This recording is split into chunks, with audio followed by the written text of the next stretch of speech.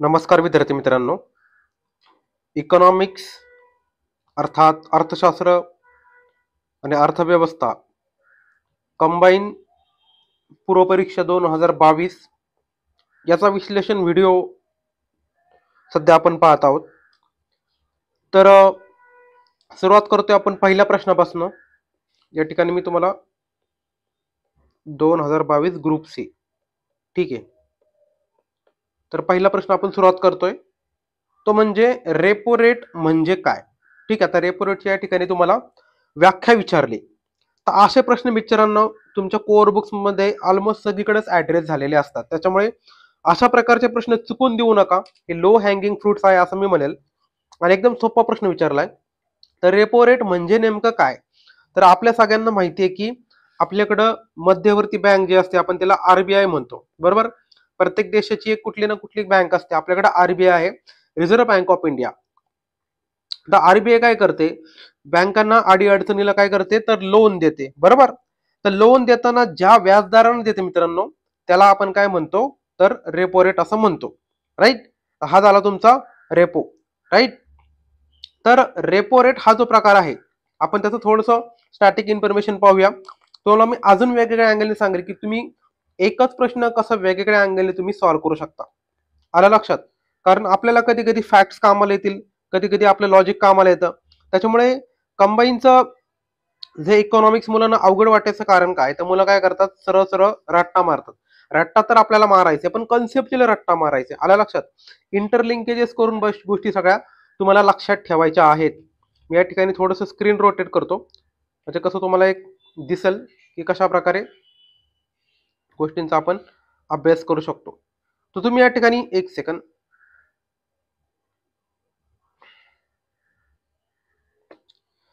तर बघा मित्रांनो या ठिकाणी तुम्ही पाहू शकता की आपण काय केलंय आपल्या बुकमध्ये जे काही चलनविषयक धोरणाची अप्रत्यक्ष साधने आहेत त्यांचा आपण असा कंपॅरेटिव्ह स्टडी करतो. आपण लेक्चरमध्ये सगळ्या गोष्टी डिटेलमध्ये घेतल्यात, राईट. हे जर तुम्ही पॅराग्राफ फॉरवर्डमध्ये वाचत बसला तर कदाचित तुम्हाला वेळ लागू शकतो. पण आपण हे जाणून बुजून काय केलं, मुद्दाम थोडंसं तुलनात्मक स्वरूपात घेतले जेणेकरून तुम्हाला कम्पेअर करता यावं की रेपो रेट म्हणजे काय, रिव्हर्स रेपो रेट म्हणजे काय. तर रेपो रेट म्हणजे आपल्याला माहिती की बँक काय करते, आरबीआय कडनं शॉर्ट टर्म एकदम अल्पकालीन कामासाठी कर्ज घेते, राईट. आणि मग बँक हे कर्ज घेताना आरबीआयला काय देते तर शक्यतो गव्हर्नमेंट सिक्युरिटीज वगैरे देऊन ते लोन घेत असते. म्हणजे काय तर ह्या ज्या बँका असतात त्यांच्या स्वतःकडच्या गव्हर्नमेंट सिक्युरिटीज आरबीआय कडे गहाण ठेवून त्यांच्याकडनं लोन घेते. आणि कुठल्या दराने तर रेपो रेट हा त्यांचा व्याजदर असतो. आणि लोन किती दिवसासाठी भेटतं तर एका दिवसासाठी भेटतं, ठीक आहे. तुम्हाला म्हटलं ना शॉर्ट टर्म कालावधी त्यांना एकदम अडीअडचणीची काळ आला की तुम्हाला शॉर्ट टर्म साठी लोन भेटतंय, राईट. आणि मग याच्यामध्ये बाकी जर आपण विचार केला तर किती मिनिमम लोन भेटतं. आता ₹1 ₹2 लोन भेटतं का नाही, तर त्यांना मिनिमम 5 कोटीचं लोन मागावं लागतं. कारण बँकाचा व्यवहार कोटीमध्ये होतो ना, विचार करा एवढे मोठे कस्टमर असतात त्यांचे, राईट. त्याच्यामुळे मिनिमम 5 कोटी त्यांना मागावे लागतात बँकेकडे स्वतः अर्थात आरबीआय कडे. आणि मग बाकीच्या गोष्टी तो तुमचा रेपो रेटचा पार्ट आहे. या ठिकाणी एक्झामच्या अँगलने तुम्हाला मी सांगितलंय की कशा प्रकारे या सगळ्या गोष्टी आपण करू शकतो. तर लक्षात ठेवा हा रेपो रेट वगैरे जे आहेत ना हा नेमका कशाचा पार्ट आहे तर रेपो रेट जो आहे ना तो तुमचा लिक्विडिटी ऍडजस्टमेंट फॅसिलिटीचा पार्ट आहे मित्रांनो. कशाचा, लिक्विडिटी ऍडजस्टमेंट फॅसिलिटीचा पार्ट आहे. आणि तो कधी सुरू झाला होता तर नरसिंह कमिटी जी आहे ना 1997 ची त्यांच्या शिफारशीनुसार 1999 मध्ये इंटरिम लॅब अर्थात लिक्विडिटी ऍडजस्टमेंट फॅसिलिटी हिला सुरुवात झाली. याच्यामध्ये repo rate, reverse repo rate या दोन्ही गोष्टी चालतात. रेपो रेट म्हणजे काय तर ज्या रेटने आरबीआय काय करते बँकांना कर्ज देतो झाला रेपो रेट. आणि रिव्हर्स रेपो रेट म्हणजे काय तर ज्या रेटने बँका ह्या आरबीआयला कर्ज देतात, राईट, त्याला म्हणायचं तुमचा रिव्हर्स रेपो रेट. शक्यतो रेपो रेट जो असतो ना तो जास्त असतो आणि रिव्हर्स रेपो रेट हा कमी असतो. आल्या लक्षात त्या हिशोबाने. त्याच्यामुळे ह्या गोष्टी तुम्ही लक्षात ठेवा, repo rate, reverse repo rate. आपण काय करूया आता पुन्हा आपल्या प्रश्नाकडे जाऊया. तर तुम्हाला मी दाखवतो या ठिकाणी एक सेकंद.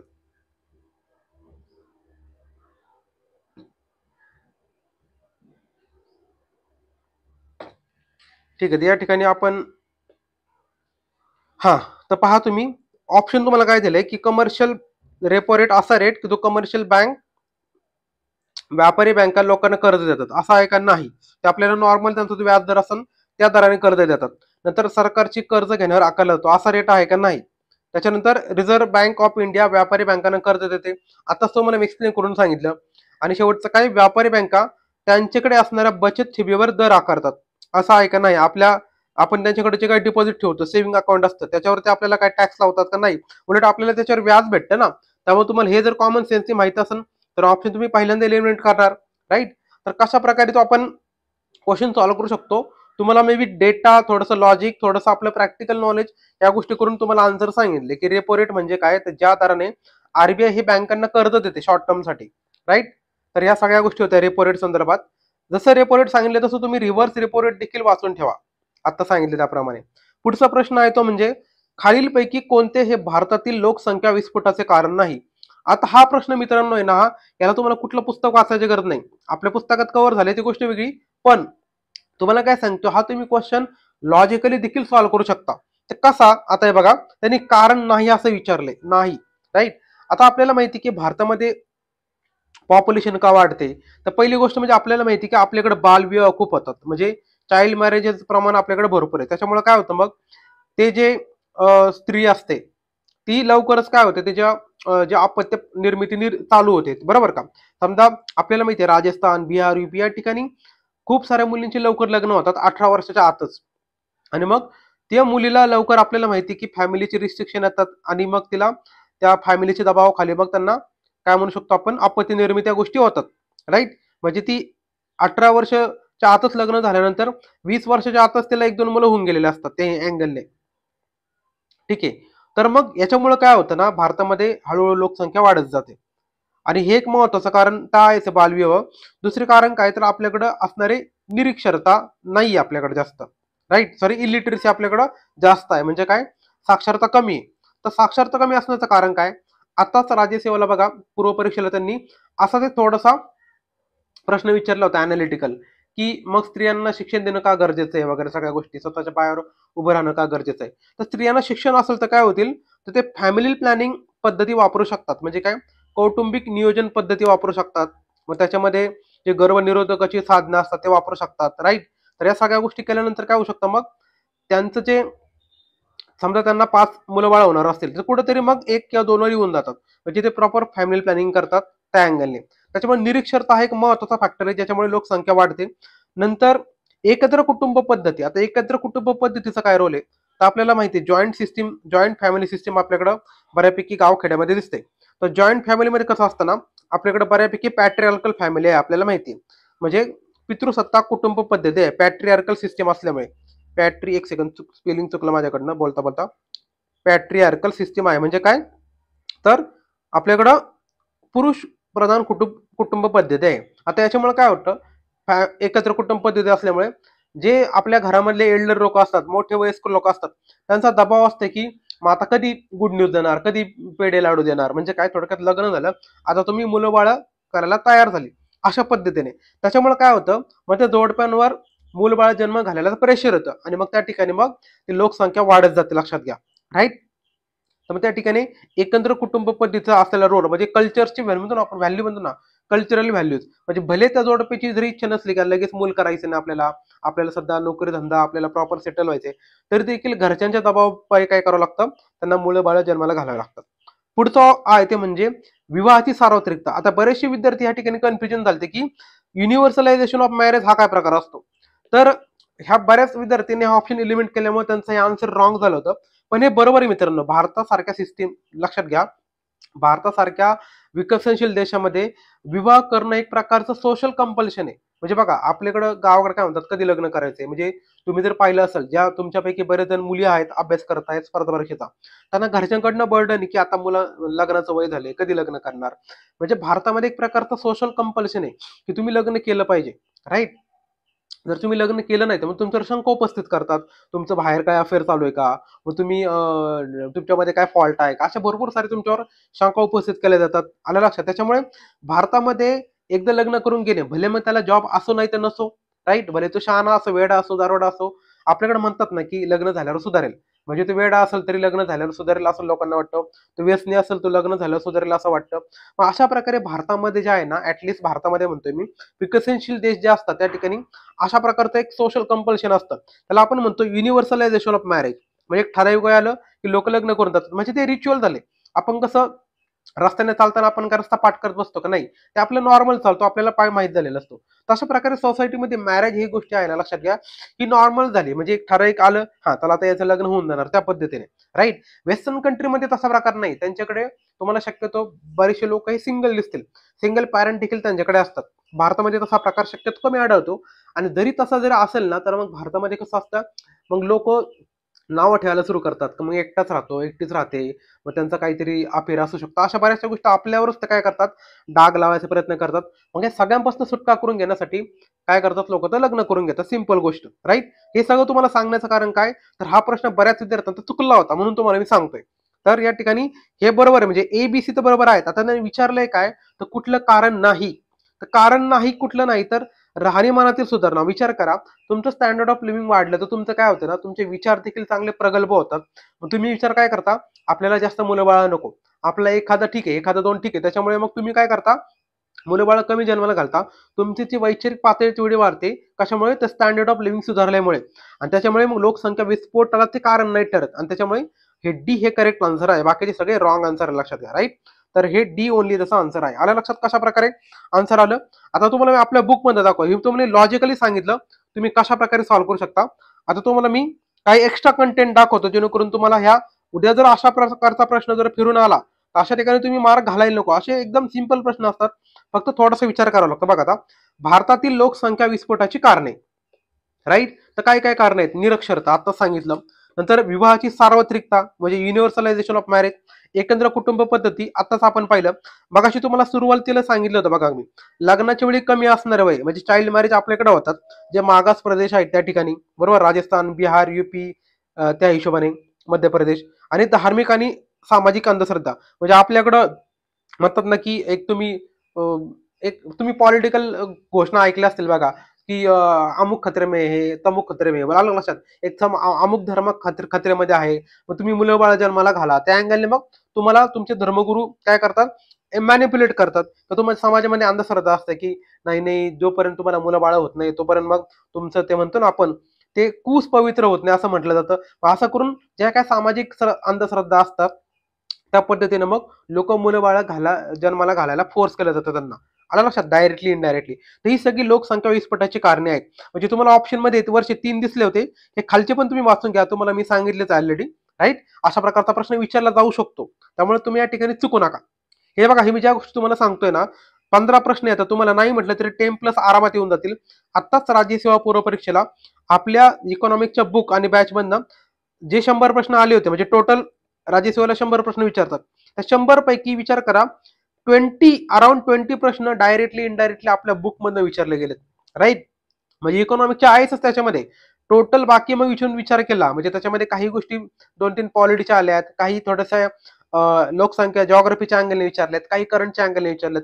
असं मिळून टोटल 22 प्रश्न आपल्या बुक मधनं विचारून झालेले आहेत. त्यामुळे मी जे सांगतोय ना, ते तुम्ही परफेक्ट करा.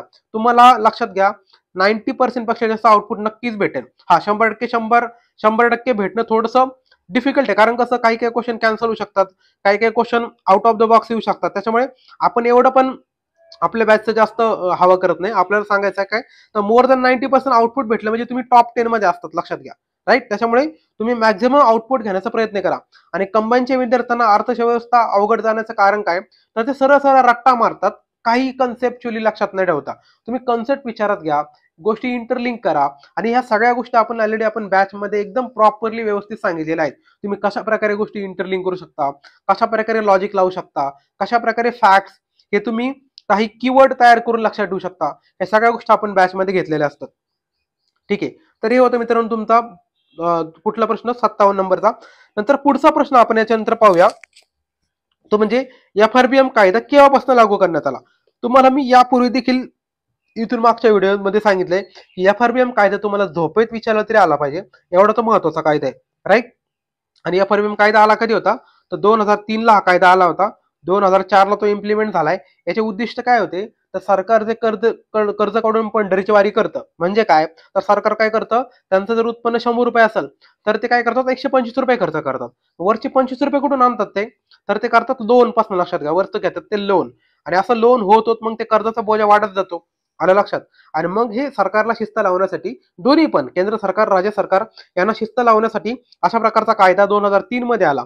हा, आता त्याचे टार्गेट जे होते ना, ते 2008-9 पर्यंत अचीव करायचे होते, पण ते अजूनही अचीव झालेले नाही. टार्गेट काय होते, जो आपला रेव्हेन्यू डिफिसिट आहे ना, तो कमी करायचा होता. किती टक्क्यापर्यंत, तो 0% कमी करायचा होता. आणि फिस्कल डिफिसिट जो आहे, रेव्हेन्यू डिफिसिट म्हणजे काय, तर महसुली तूट, तो 0% कमी करायचा होता. आणि फिस्कल डिफिसिट जो आहे तो तुमचा 3% कमी करायचा होता. तर असे टार्गेट त्यांनी ठेवले ते 2008-9 पर्यंत, पण ते काय अचीव झाले नाही. त्याच्यामध्ये भरपूर साऱ्या पळवाटा गव्हर्नमेंटने स्वतः काढल्या, त्याला पुन्हा पुन्हा सुधारणा करत गेल्या. आणि आता एनके सिंग कमिटी लेटेस्ट आली होती, त्यांनी पुन्हा याचे टार्गेट दिलेले आहेत. त्यामुळे हे जे तुम्हाला सांगितलं ना, FRBM कायदा तुम्ही पाठच करून ठेवा, तुम्हाला पुन्हा पुन्हा प्रश्न विचारला जातो. तर हा कायदा कधी लागू करण्यात आला, तर लक्षात घ्या, 2003चा कायदा आहे. वाटलं तर तुम्हाला मी तो काय म्हणू शकतो, आपण एक्स्ट्रा माहिती सांगितली असते, पण ऑलरेडी भरपूर वेळा इथून मागची तुम्ही PYQ अनालिसिस पाहिले ना, तुम्हाला लक्षात येईल. मी तुम्हाला हा डेटा पुन्हा पुन्हा सांगितलाय, त्यामुळे या ठिकाणी पुन्हा पुन्हा रिपीट करण्याची गरज नाही. तुम्ही बाकीचे आपले अनालिसिसचे लेक्चर आहेत ना, म्हणजे आपण 2020 पासून 2023 पर्यंत घेतोय, तर त्या ठिकाणी आपण प्रत्येक लेक्चरमध्ये हा FRBM कायदा चांगल्या डिटेलमध्ये डिस्कस केलाय. त्यामुळे पुन्हा आता जर तुमच्यापैकी जर कुणीही बॅच घेतली असेल तर त्यांना त्या पुन्हा रिपिटेशन होईल, त्याच्यामुळे मी ती अवॉइड करतो. तर डेट पाठ करून ठेवा, राईट. तर जुलै 5, 2004 हे आपल्या बुकमध्ये ऑलरेडी सगळ्या गोष्टी कव्हर झालेल्या आहेत, त्यामुळे त्याचं तुम्ही टेन्शन घेऊ नका, राईट. एकदम 2 पानामध्ये तुमचा FRBM पूर्ण, म्हणजे त्याचं म्हणतो ना आपण, नखापासून केसांपर्यंत सगळ्या गोष्टी कव्हर होऊन जातात त्याच्यामध्ये. तर FRBM कायदा 2004 ला इम्प्लिमेंट लागू करण्यात आलेला आहे, जुलै 5, 2004. तर बघा, जवळजवळचे ऑप्शन तुम्हाला दिले 2, 3, 5. आता तुम्हाला कायदा 2003चा हे जर माहिती असेल ना, तर तुम्हाला मी लॉजिक सांगतो, तुम्ही कशा प्रकारे हा ऑप्शन एलिमिनेशननी बरोबर येऊ शकता. तर बघा, 2003चा कायदा आहे, तुम्हाला माहितीये. म्हणजे आपल्या भारतामध्ये कंडिशन तुम्हाला एक माहित पाहिजे, एखादा कायदा शक्यतो आला तर तो लागू व्हायला ऍटलिस्ट 1 वर्ष लागतात. आता तुम्हाला मी जेनेरिक स्टेटमेंट सांगतो, हा, म्हणजे कधी कधी तो त्या वर्षी लागू होऊ शकतो, पण ही शक्यतो रेअर कंडिशन असते. कारण का, तर तो कायदा झाल्यानंतर त्याचे नियम बनावे लागतात, आणि हे नियम बनवण्याच्या कालावधीमध्ये जवळपास 1 वर्षाचा कालावधी निघून जातो. त्या अँगलने विचार केला तर डिसेंबर 2003 लगेच कायदा इम्प्लिमेंट होईल का, तर नाही होणार. म्हणजे हा ऑप्शन तुम्ही एलिमेंट करू शकता. आता विचार करा, 3चा कायदा होता, मग तो 2000 साली इम्प्लिमेंट होईल का, उलटा इम्प्लिमेंट होईल का, तर नाही होणार. तुमच्याकडे आता राहतात ऑप्शन 2च, 5 आणि 4. तो म्हणे मी आत्ताच लॉजिक सांगितलं, ट्रिक सांगितली काय, तर कायदा आल्यानंतर शक्यतो 1 वर्षामध्ये ते इम्प्लिमेंट होतो. अशा प्रकारे तुम्ही 3 नंतर डायरेक्ट 4 ला येऊ शकता. आलं लक्षात. म्हणजे बघा, मी तुम्हाला फॅक्च्युअल क्वेश्चनला कशा प्रकारे लॉजिकली सॉल्व्ह करू शकता, आणि हे लॉजिक तुम्हाला बऱ्याच ठिकाणी कामाला येणार आहे. फक्त कंबाईनला नाही, राज्यसेवेला नाही, ऑलमोस्ट सगळ्याच एक्झामला तुम्हाला हे सांगितलेलं लॉजिक. म्हणजे हे लॉजिक बाहेर मार्केटमध्ये तुम्हाला हजार रुपयाला विकलं जातं, ते लॉजिक तुम्हाला मी फ्री मध्ये सांगतो मित्रांनो, राईट. याच्यामध्ये माझा काय फायदा नाही, हे तुमचा फायदा व्हा म्हणून तुम्हाला सांगतोय. त्यामुळे बारीक बारीक गोष्टी तुम्हाला कदाचित फ्री वाटत असतील, पण हे तुम्हाला खूप गोष्टी पुढे मॅटर करतील. तुम्ही कुठलाही पेपर पाडा, ज्या ठिकाणी अशा प्रकारचा प्रश्न आलाय ना, तुम्ही हे सांगितलेलं मी सांगितलेलं लॉजिक लावून पहा, तुमचा प्रश्न 90% तरी बरोबर येईलच, राईट. त्याच्यानंतर पुढचं, आणि अशाच प्रकारचे लॉजिक ट्रिक आपण संपूर्ण बॅच मध्ये सांगितलेलं आहेत. ज्यांना कोणाला असं वाटतंय की 15 पैकी 15 मिळवायचे असतील, तर काही नाही, आपले हे PYQ अनालिसिसचे मागचे आपण 20 पासून घेतलेले आहेत, तुम्ही तेवढे पाहिले तरी तुम्हाला एक 15 पैकी 15 कसे बरोबर आणू शकता. एक प्रॉपर तुम्हाला कंटेंट पण भेटेल, तुम्हाला लॉजिक पण भेटेल, आणि प्रिडिक्शन पण आपण सांगतोय. आल्या लक्षात. तर कशा प्रकारे प्रश्न विचारला जाऊ शकतो हे देखील आपण त्याच्यामध्ये सांगत आहोत. त्यामुळे याच्यामध्ये तुमचाच फायदा आहे, राईट. असो, चला पुढचा प्रश्न आहे तो म्हणजे जुलै 19 जुलै 1969 ला ज्या 14 व्यापारी बँकांकडील ठेवींचे मूल्य अमुक अमुक एवढे होते किंवा त्याच्यापेक्षा जास्त होते, त्यांचे राष्ट्रीयकरण करण्यात आले. आता प्रश्न विचारलाय काय, तर लक्षात घ्या, राष्ट्रीयकरण आपल्याला माहितीये भारतामध्ये बँकांचं राष्ट्रीयकरण 2 वर्षी झालंय, 2 वेळा झालंय, राईट. तर पहिलं झालं होतं कधी, 1969 ला, दुसरं झालं होतं 1980 ला. तर 19 जुलै 1969 ला ज्यावेळेस झालं होतं, त्यावेळेस त्यांनी ठराविक क्रायटेरिया ठेवला होता. म्हणजे ज्या बँकांचे डिपॉझिट्स एवढे एवढे असतील त्यांच्याच काय होणार होतं, त्या ठिकाणी राष्ट्रीयकरण होणार होतं. मग तो क्रायटेरिया किती होता मित्रांनो, तो क्रायटेरिया होता 50 कोटी. आता तसं पाहिलं तर फॅक्च्युअल क्वेश्चन आहे, फॅक्ट तुम्हाला माहित पाहिजे, राईट. हे डेट पण पाहिजे तुम्हाला माहित पाहिजे, किती, 19 जुलै 1969, आणि किती मूल्य तुमचा क्रायटेरिया ठेवलाय, म्हणजे ज्या बँकांचं ठेवींचं मूल्य 50 कोटी एवढा असेल किंवा त्याच्यापेक्षा जास्त असेल त्या बँकांचं राष्ट्रीयकरण करण्यात आलेलं होतं. आलं लक्षात? तर 14 बँका ज्या होत्या, राईट, आपण जमलं तर त्याचा थोडासा स्टॅटिक कंटेंट आपण अजून पाहिजे, जेणेकरून तुम्हाला अजून त्याचा वेगळ्या अँगलने जर प्रश्न विचारला तर तुमचं चुकायला नको पुढच्या काळामध्ये. एक सेकंड. तर बघा, दोन प्रकारे नॅशनलायझेशन झाले. पहिले झाले 19 जुलै 1969 आणि दुसरं झाले ते म्हणजे कधी, तर 15 एप्रिल 1980. राईट, म्हणजे जवळपास 11 वर्षाचा गॅप आहे दोघांमध्ये. तर पहिल्यांदा झालं ते 14 बँकांचं झालं होतं. राईट, त्याच्यानंतर दुसऱ्यांदा झालं ते 6 बँकांचं झालं होतं. राईट, तर आधी झालं 69ला 14 बँकेचं, 1980ला झालं 6 बँकांचं. आणि जे 69ला झालं त्याच्यामध्ये सगळ्यात जास्त ठेवी कोणाच्या होत्या, तर सेंट्रल बँकेच्या होत्या. हे देखील पाठ करून ठेवा, हे देखील विचारलं जातं. सगळ्यात जास्त ठेवी कोणाच्या होत्या, सेंट्रल बँकेच्या. सगळ्यात कमी ठेवी कोणाच्या होत्या, तर महाराष्ट्र बँकेच्या होत्या. लक्षात घ्या, बँक ऑफ महाराष्ट्र. सगळ्यात जास्त ठेवी सेंट्रल बँक 433 कोटी, सगळ्यात कमी ठेवी बँक ऑफ महाराष्ट्र 73 कोटी. आणि क्रायटेरिया काय सांगितलं होतं, तर 50 कोटीपेक्षा जास्त असणाऱ्या बँकांचं राष्ट्रीयकरण करायचं होतं. आणि 1980ला जे राष्ट्रीयकरण झालं त्याच्यामध्ये 6 बँकांचं झालं. त्याच्यामध्ये क्रायटेरिया काय ठेवला होता, तर 200 कोटी. बघा, आता हा जर तुम्हाला ऑप्शन, हा जर आकडा तुम्हाला ऑप्शन दिसला असला असता तर तुमचं कदाचित कन्फ्युजन झालं असतं. म्हणून तुम्हाला म्हटलं की हा फॅक्च्युअल प्रश्न आहे, या ठिकाणी तुम्ही चुकायचं नाही, असे फॅक्ट्स पाठ करून ठेवा. हा महत्वाचा टॉपिक आहे. राईट, तर 6 बँकांचं राष्ट्रीयकरण झालं. याच्यामध्ये सगळ्यात कमी नुकसान भरपाई आंध्र बँकेला भेटली, सगळ्यात जास्त नुकसान भरपाई विजय बँकेला भेटली. असो, तरी एक्स्ट्रा माहिती सांगण्याच्या उद्देशाने तुम्हाला मी दाखवलं. तर या ठिकाणी आपलं करेक्ट उत्तर आहे ते म्हणजे 50 कोटी. राईट, नंतर पुढचा प्रश्न आपण पाहूया, तर म्हणजे सार्वजनिक आयव्ययाचा खालीलपैकी कोणता विभाग आहे. आता थोडासा टेक्निकल शब्द आहे. आयव्यय म्हणजे काय, तर पब्लिक फायनान्स. लक्षात घ्या, खूपच टेक्निकल शब्द त्यांनी मराठीमध्ये वापरलाय. शक्यतो तो गुगल ट्रान्सलेशन असल्यामुळे थोडा टेक्निकल शब्द असणार आहे. तर कुठलं डिपार्टमेंट ऑफ पब्लिक फायनान्स आहे असं त्यांनी विचारलेलं आहे. तर पब्लिक फायनान्स, राईट, त्याच्यामध्ये नेमकं काय काय येतं. राईट, तर त्याच्यामध्ये लक्षात घ्या, हा, तर बघा त्याच्यामध्ये पब्लिक एक्सपेंडिचर येणार, पब्लिक डेट येणार, पब्लिक रेव्हेन्यू येणार. राईट, पब्लिक हेल्थ येईल का, असा काही नाही. लक्षात घ्या, हे ऑलरेडी आपण एक चार्ट मी तुम्हाला पाठीमागे अनालिसिस मध्ये दाखवला होता. तर तुम्हाला हे आपलं तुम्ही लेक्चर केलं असेल किंवा तुम्ही आपलं बुक पाहिलं असेल तर तुम्हाला अंदाज येऊन जाईल की कशा प्रकारे आपण पब्लिक फायनान्स कव्हर केलेला आहे. या ठिकाणी मी फक्त पुस्तकाचं मार्केटिंग करण्यासाठी गोष्ट बोलत नाहीये. तर लक्षात घ्या, अशा प्रकारचे प्रश्न आहेत ना, शक्यतो कोअर बुक मध्ये तुम्हाला वाचून सापडत नाही. तर तुम्हाला थोडंसं इंटरलिंकेजेस करून आपण जे काही गोष्टी सांगितल्यात तर लॉजिकली लिंक करून करावे लागतात. आता सार्वजनिक स्वास्थ्य असा कधी तुम्ही ऐकला का इकॉनॉमिक्स मध्ये? नाही. तुम्ही एक्सपेंडिचर खर्च करताय, तुम्ही रेव्हेन्यू मिळवताय, तुम्ही कर्ज काढताय, हे थोडंसं फायनान्स रिलेटेड टॉपिक तुम्हाला वाटेल. पण हेल्थ वगैरे गोष्टी ज्या आहेत ना, हे इकॉनॉमिकच्या अँगलने येत नाही. त्यामुळे तुम्ही लॉजिकली देखील हा प्रश्न सॉल्व्ह करू शकता. तर तुम्ही डी लिमिनेट केला तर तुमचं बघा एबीसी आन्सर येते. राईट, आता तुम्हाला मी फॅक्च्युअल अँगलने प्रश्न दाखवतो. एक सेकंड.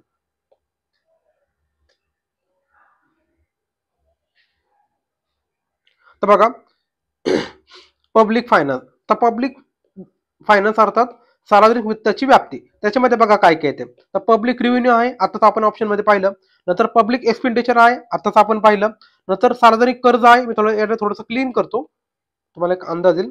बघा, पब्लिक एक्सपेंडिचर आपण आता पाहिलं ऑप्शन मध्ये, पब्लिक रेव्हेन्यू तुमच्या ऑप्शन मध्ये पाहिलं. नंतर पब्लिक डेट म्हणजे सार्वजनिक कर्ज पाहिलं. आलं लक्षात? तर ह्या गोष्टी त्याच्यामध्ये येतात. बाकीचे पण वाचून घ्या, कुठले येतात, फिस्कल पॉलिसी आहे, फिस्कल मॅनेजमेंट आहे. त्यामुळे ह्या सगळ्या गोष्टी त्याच्यामध्ये येतात आणि अशा प्रकारे आपला प्रश्न सॉल्व्ह होऊ शकतो. राईट, तर आपला पब्लिक फायनान्सचा चॅप्टर मित्रांनो, सार्वजनिक वित्त, त्याच्यामध्ये तुम्हाला सगळ्या गोष्टी भेटून जातात. तर पुन्हा आपल्या प्रश्न कुठं, सिंपल प्रश्न होता, ज्यांनी आपली बॅच केली, बुक वाचले, त्या अँगलने देखील प्रश्न डायरेक्टली सॉल्व्ह होतो. तुम्हाला एवढं लॉजिक वगैरे इंटरलिंक करायची गरज पडत नाही. भले तुम्ही वाचलेलं नसेल कोअर बुक मध्ये, तुमच्या बुक मध्ये म्हणतो मी, तर आपल्याकडे लॉजिकली देखील प्रश्न सॉल्व्ह कसा करू शकता हे तुम्हाला मी सांगण्याचा प्रयत्न केलेला आहे. सिंपल प्रश्न होता, फक्त थोडंसं डोकं लावायचं त्या ठिकाणी. नंतर पुढचा प्रश्न बघा, 2011 मध्ये भारतातील लोकसंख्येची घनता 382 एवढी चौरस किलोमीटर होती. किती? 382.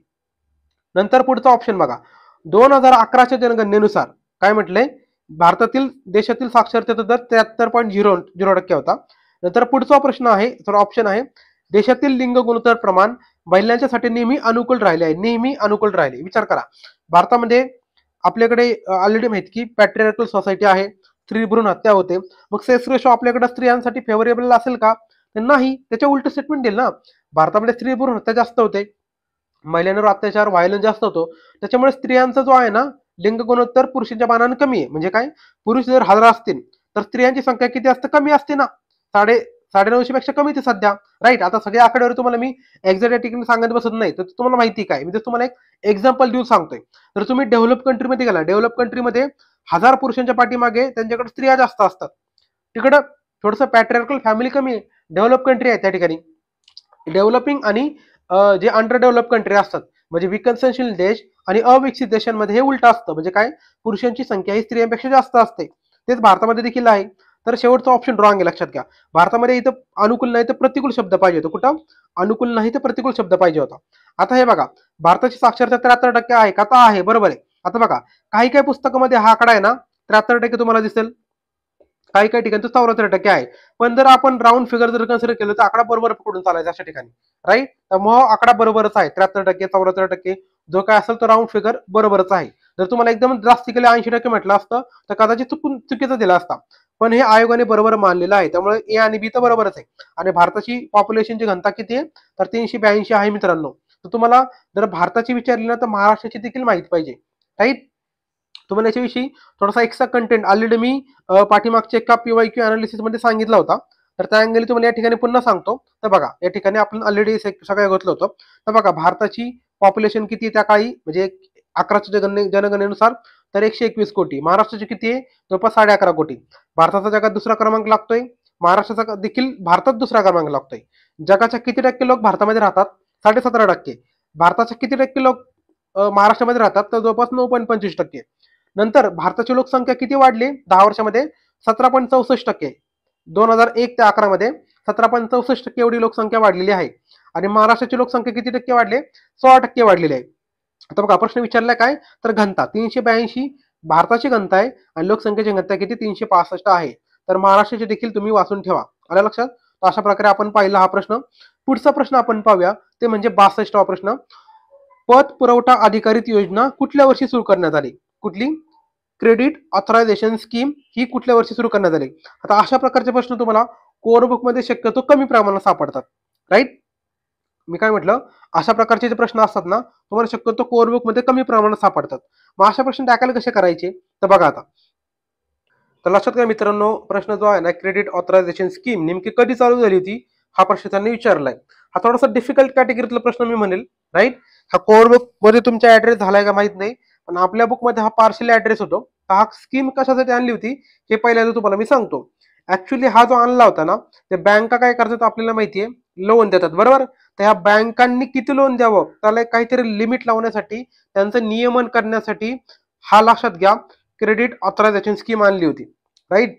आणि कोण करायचं, तर आरबीआय. लक्षात घ्या, ही आरबीआय द्वारे इम्प्लिमेंट केली जायची ही स्कीम.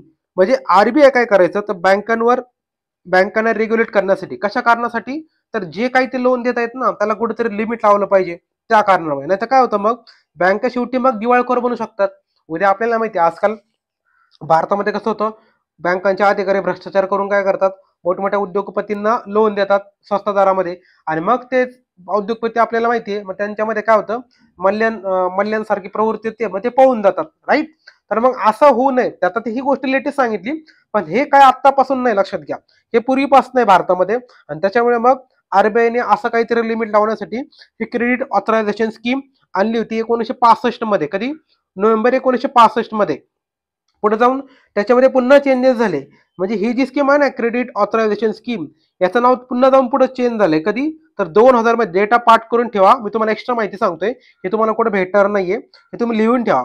तर क्रेडिट ही आहे ना, CAS, ह्या स्कीमला दुसऱ्या स्कीमने रिप्लेस केलं. कधी, 2000 मध्ये.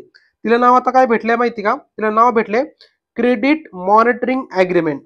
लिहून ठेवा तुम्ही, क्रेडिट मॉनिटरिंग ॲग्रीमेंट. या ठिकाणी मला सॉरी अरेंजमेंट म्हटलं, त्या ठिकाणी लिहितो मी क्रेडिट मॉनिटरिंग अरेंजमेंट. तर असं त्याचं नाव आहे आता सध्या 2000 साली. आणि शक्यतो फक्त बँका नाही, आता नाबार्ड साठी देखील ही स्कीम लागू आहे. म्हणजे नाबार्ड काय करते, थोडक्यामध्ये नाबार्ड आणि आरबीआय दोघंही बँका ज्या आहेत ना, अपेक्स बँक आपल्याला माहिती आहे, आरबीआय भारतामधील ओव्हरऑल अपेक्स बँक आहे. आणि नाबार्ड जी आहे ते कृषी आणि ग्रामीण विकासासाठी अपेक्स बँक आहे. तर दोघा बँका काय करतात, त्यांच्या खाली काम करणाऱ्या ज्या संस्था आहेत, बरोबर का, म्हणजे त्यांच्या खाली कोणीतरी संस्था असतीलच ना, राईट. आपण ऑलरेडी सगळे स्ट्रक्चर पाहिलेले आहे. तर त्यांना रेग्युलेट करण्यासाठी, म्हणजे जे काही लोन देत आहेत त्याला कुठेतरी लिमिट लावण्यासाठी, त्या अँगलनी सगळं स्टडी करण्यासाठी ह्या स्कीम, सध्या त्याचं नाव चेंज झालंय. पहिलं काय होतं, CAS अर्थात क्रेडिट ऑथरायझेशन स्कीम. आता त्याचं नाव झालंय 2000 मध्ये चेंज, त्याचं नाव झालंय CMA क्रेडिट मॉनिटरिंग अरेंजमेंट. तुम्हाला मी आपल्या बुक मधलं इनडायरेक्ट दाखवून देतो की कशा प्रकारे आपण ते कव्हर करण्याचा प्रयत्न केलाय, जेणेकरून तुम्हाला एक काहीतरी एलिमिनेशन करण्यासाठी ऑप्शन भेटू शकतो, राईट, जर तुम्ही लेक्चर वगैरे अप्लाय केलेले असतील तर. हा तर बघा, नाबार्ड, हे बघा नाबार्डचे कार्य या ठिकाणी तुम्हाला सांगितले होते. 3 प्रकारचे असतात, फायनान्शियल डेव्हलपमेंटल आणि सुपरवायझरी. तर सुपरविजनचं काम जे आहे ना ते महत्वाचं आहे, त्याच्यामध्ये क्रेडिट मॉनिटरिंग अरेंजमेंट तुम्हाला मी आता सांगितलं. तर ही जी स्कीम होती ना आधी ती होती काय होती, CAOS होती, म्हणजे काय, पतपुरवठा अधिकारित योजना होती, क्रेडिट ऑथरायझेशन स्कीम होती. आता त्याचं नाव चेंज होऊन 2000 मध्ये काय झालंय, तर CMA झालंय मित्रांनो, म्हणतात क्रेडिट मॉनिटरिंग अरेंजमेंट असं झालेलं आहे. तर आय होप एवढा डेटा तुम्हाला सफिशियंट आहे. डिफिकल्ट कॅटेगरीतला प्रश्न आहे, तुम्ही सॉल्व्ह केला तर चांगलंच आहे, पण माझ्या मते हा शक्यतो म्हणजे out of the box question पद्धतीत आलेला होता त्यावेळेस. नंतर पुढचा प्रश्न बघा, नाणे बाजारातील निधीच्या कमतरतेचे खालीलपैकी कोणते कारण होते. आता नाणे बाजार आपल्याला माहिती, आपण ऑलरेडी बुकमध्ये कव्हर केले, लेक्चरमध्ये कव्हर केले. तर नाणे बाजारामध्ये लक्षात घ्या कधी कधी निधीची कमतरता भासते. आता निधीची कमतरता भासण्याचं कारण काय, तर पहिली गोष्ट म्हणजे आपल्याला माहिती लोकांची सेव्हिंग कमी असते, कारण आपल्याकडे महागाई थोडीफार वाढली की मग लोकांना काय करावं लागतो, स्वतःकडचा असलेला पैसा बाहेर बाहेर काढावा लागतो, मग सेव्हिंग संपून जाते. म्हणजे पहिलं कारण आपल्याला माहिती की इनएडिक्वेट सेव्हिंग आहे बऱ्यापैकी, राईट. आता बाकीच्या गोष्टी आपण जर विचार केला, राईट, याच्यामध्ये इनएडिक्वेट सेव्हिंग महत्वाचं कारण याच्यामध्ये. एक सेकंद, लक्षात घ्या आपल्याकडे लोक काय करतात तर सेव्हिंग कमी प्रमाणात करतात, आणि त्याच्यामुळे काय होतं मग त्या पद्धतीने जे मार्केटमध्ये पैसा यायला पाहिजे ना तो तशा प्रकारात पैसा येतो का, नाही येत, राईट. लोकांकडं सेव्हिंगच कमी आहे आणि मग तो मार्केटमध्ये पैसे येणार कुठं, आणि त्याच्यामुळे जो नाणे बाजाराला पैसा लागतो तो कुठेतरी कमी पडतो. त्या सगळ्या गोष्टी आपण डायरेक्टली इनडायरेक्टली आपल्या याच्यामध्ये कव्हर केल्यात, तुम्हाला मी थोडक्यात दाखवतो, एक्स्ट्रा माहिती आपण घेऊया. आता अशा प्रकारचे प्रश्न आहे ना तुम्हाला शक्यतो कोर बुक मध्ये भेटत नाही, तर तुम्हाला थोडंसं डोकं लावावं लागतं, म्हणजे थोडंसं. आता बघा, भारतीय नाणे बाजाराची समस्या काय लक्षात घ्या. तर पहिली गोष्ट म्हणजे आपल्याकडं प्रॉब्लेम काय, ते दुहेरी रचना आहे. म्हणजे काय, RBI पण नियंत्रण ठेवतं आणि शासकीय जे वेगवेगळे डिपार्टमेंट असतात ते देखील नियंत्रण ठेवतात. हा एक महत्वाचा फॅक्टर आहे. दुसरा फॅक्टर असा की भारतामधील जो व्याजदर असतो नाणे बाजारामधला तो समान नाहीये, त्याच्यामध्ये सारखे काय होतात, चेंजेस होत असतात, त्याच्यामध्ये समानता नाहीये. त्याच्यामुळे मग जो कोणी त्याच्यातनं पैसा उभारतोय त्याला एक शाश्वती भेटत नाही की समान त्या ठिकाणी व्याजदर आहे. नंतर निधीची कमतरता, आपल्याकडं पैसा ऑलरेडी कमी, निधीची कमतरता म्हणावी तेवढी नसते. त्याच्यानंतर किमतीची दर असते त्याच्यामध्ये चढ उतार होत असतात. सीझननुसार आपल्याला माहितीये एखाद्या मार्केटमध्ये कळलं की काहीतरी मोठं घडामोड होणार आहे, त्यानुसार ते बाजार वर चढणार, उतरणार, पडणार, त्या अँगलने आपण सेन्सेक्स मध्ये पाहत असतो. नंतर वित्तीय समावेशनाचा अभाव, भारतामध्ये अजूनही बऱ्याच जनतेकडं काय म्हणू शकतो आपण, बँकेची खाते नाहीयेत. हा, जनधनमुळे आपल्याकडे भरपूर जनतेकडे खाते आली आहेत, पण कसं आहे ना, फायनान्शियल इन्क्लुजन म्हणावं तेवढं झालेलं नाही. बऱ्याच लोकांनी नावावरती अकाउंट काढून ठेवले पण त्याच्यामध्ये ऍक्टिव्हिटीज काय होत नाही, राईट. अजूनही आपण ऑनलाईनला लोक घाबरतात कारण त्याच्या सायबर सिक्युरिटीमध्ये असलेले धोके, राईट. तर हे सगळ्या गोष्टीमुळे काय होतं ना, फायनान्शियल इन्क्लुजनचा अभाव असल्यामुळे एक महत्वाचा फॅक्टर.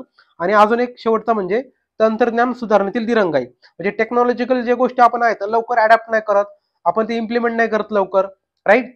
आणि त्याच्यामुळे काय होतं मग, जे काही म्हणावं त्याचा बेनिफिट घ्यायला पाहिजे, नवीन एखादी स्कीम आली किंवा एखादा टेक्नॉलॉजी आली तर त्याचा म्हणावा तेवढा बेनिफिट आपल्याला लवकर होत नाही. तर अशा पद्धतीने ते आहे मित्रांनो. तर हे तुम्हाला मी सांगितले की भारतीय नाणे बाजाराची काय समस्या आहे, राईट.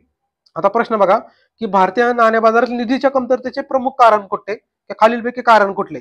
तर निधी कधी कमी पडणार, जर तुमचं सेव्हिंगच कमी असेल तर तो पैसा मार्केटमध्ये येतच नाही, आणि त्याच्यामुळे मग मार्केटला काय होतं, पैशांची कमी पडते, लक्षात घ्या, राईट. तर हा त्याचा करेक्ट आन्सर आहे. तर तुम्हाला हे लॉजिकली सॉल्व्ह करता येऊ शकतं.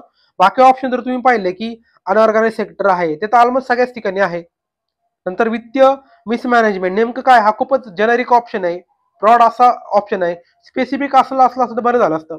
आणि ग्रोईंग डिमांड फॉर कॅश, लोकांची कॅशची डिमांड असलेली सिस्टीम, तर हे याला डायरेक्ट लिंक करत नाही मित्रांनो. प्रश्नाच्या कंटेक्सनुसार हा प्रश्न तुम्हाला शांत डोक्याने विचार करून वाचावा लागेल, ठीक आहे. नंतर पुढचा प्रश्न आपण पाहूया याच्यानंतर, तो म्हणजे 64.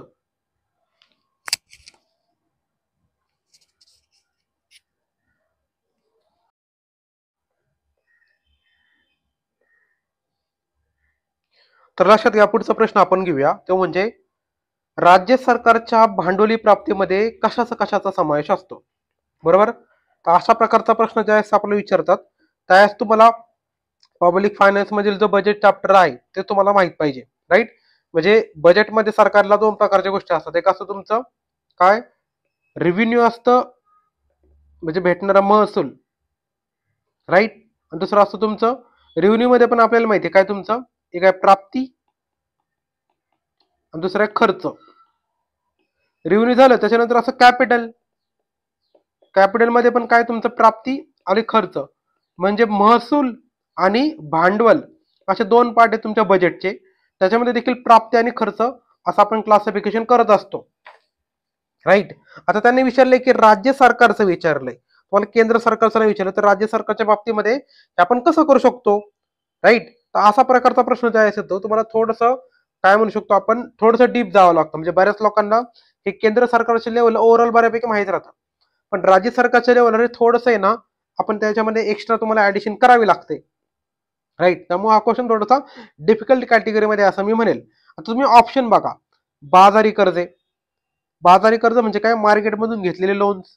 पुढचं आहे केंद्र सरकारकडनं उचल घेणे, म्हणजे केंद्र सरकारकडनं कर्ज घेणे. ठीक आहे, उचल घेणे म्हणजे कर्ज लक्षात घे. बॉरिंग्स म्हणजे काय, कर्ज थोडक्यामध्ये. नंतर लोकांची अल्प बचत व भविष्य निर्वाह निधी योगदान, हे आपण बघूया याच्यामध्ये आहे का. आणि शेवटचं केंद्र सरकारकडनं भेटणारा जीएसटीचा वाटा. ठीक आहे. तर अशा प्रकारचा प्रश्न आल्यानंतर तुम्हाला मग आता बाकीच्या गोष्टी तुमच्या समोर आल्या पाहिजेत की ओव्हरऑल अशा प्रकारे कशाच गोष्टी असतात का. राईट.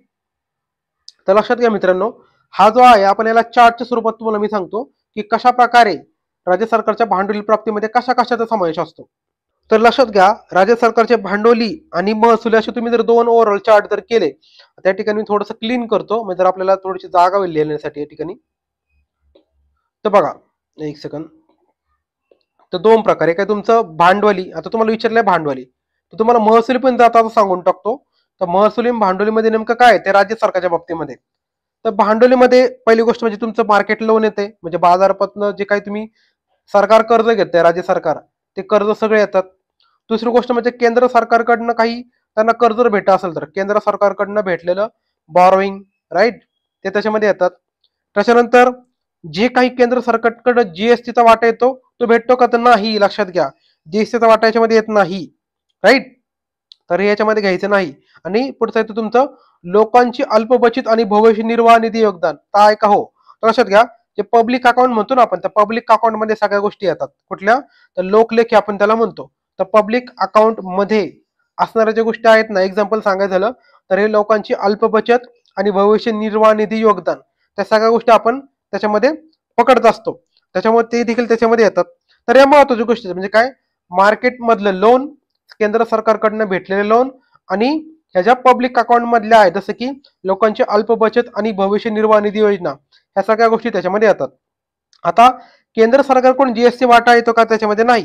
तर महसुलीमध्ये बघा काय काय येतोय, तर कर महसूल, जो काही टॅक्स भेटतोय राज्य सरकारला, तर कर महसूल त्याच्यामध्ये येतो. नंतर कर सोडून बाकीचा महसूल म्हणजे कर येतो, आपण म्हणतो ना नॉन टॅक्स रेव्हेन्यू, तो देखील त्याच्यामध्ये येतो. नंतर केंद्र सरकारकडनं भेटणारे त्यांना अनुदान, केंद्र सरकार काय करतं, राज्य सरकारला काही अनुदान देतं. लक्षात घ्या, तर अनुदानाने काय होतात, तर महसुलीचा पाठ होऊन जातात. लक्षात घ्या. राईट. तर या सगळ्या गोष्टी कशाचा पाठ आहे, महसुलीचा आहे. आणि भांडवलीचं तुम्हाला मी सांगितलं. तर हे तुम्हाला जर माहित असेल तर हा प्रश्न सॉल्व्ह होऊ शकतो. हे थोडासा डिफिकल्ट क्वेश्चन होता, त्याच्यामुळे सगळ्यांच्याच बरोबर येईल याची काही गॅरंटी नाही. तुम्हाला मी कशा प्रकारचा सॉल्व्ह करायचा ते सांगितलंय. पुढचा प्रश्न आपण पाहूया, तो म्हणजे कोणत्याही शासनाच्या सार्वजनिक खर्चाची प्रवृत्ती कशी असते. आता हा प्रश्न देखील लक्षात घ्या, हा लॉजिकली सॉल्व्ह करावा लागेल. असं कोर बुक मध्ये तुम्हाला जास्त कुठे दिसत नाही. म्हणजे हा कसला कन्सेप्च्युअल क्वेश्चन आहे. तुम्हाला जर ओव्हरऑल इकॉनॉमिक्सचे आपले लेक्चर पाहिले असतील, आपलं बुक वाचलं असेल, तर तुम्हाला एक अंदाज येऊन जाईल ह्या प्रश्नाचा. बरोबर, इझिली कॅटेगरीतला प्रश्न आहे. फक्त थोडस काय म्हणू शकतो आपण, कॉमन सेन्स या ठिकाणी वापरायचा आहे. आता मला सांगा, कुठले शासन म्हटलं तर त्यांना काम भरपूर करावे लागतात आणि दिवसेंदिवस हा खर्च काय चाललाय, वाढत चाललाय. लक्षात घ्या, वाढत चाललाय.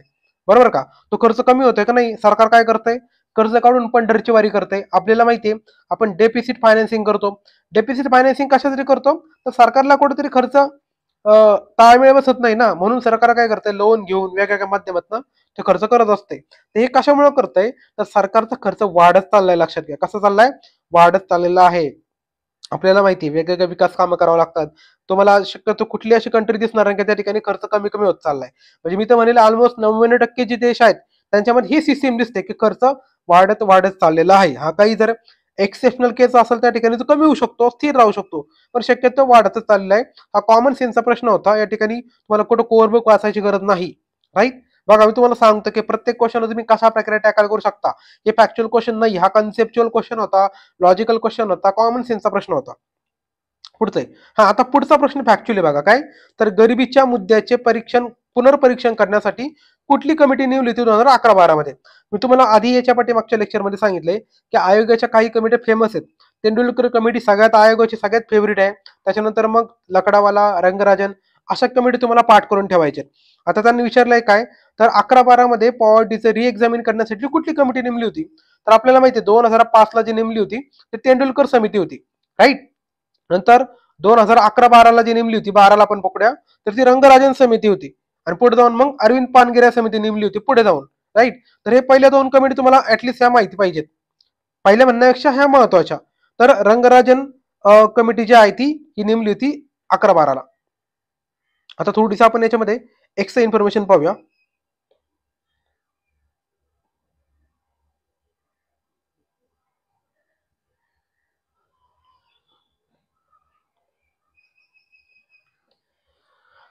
तर यामध्ये बघा सिंग रंगराजन पॅनल कधीची स्थापना आहे, 24 मे 2012, राईट.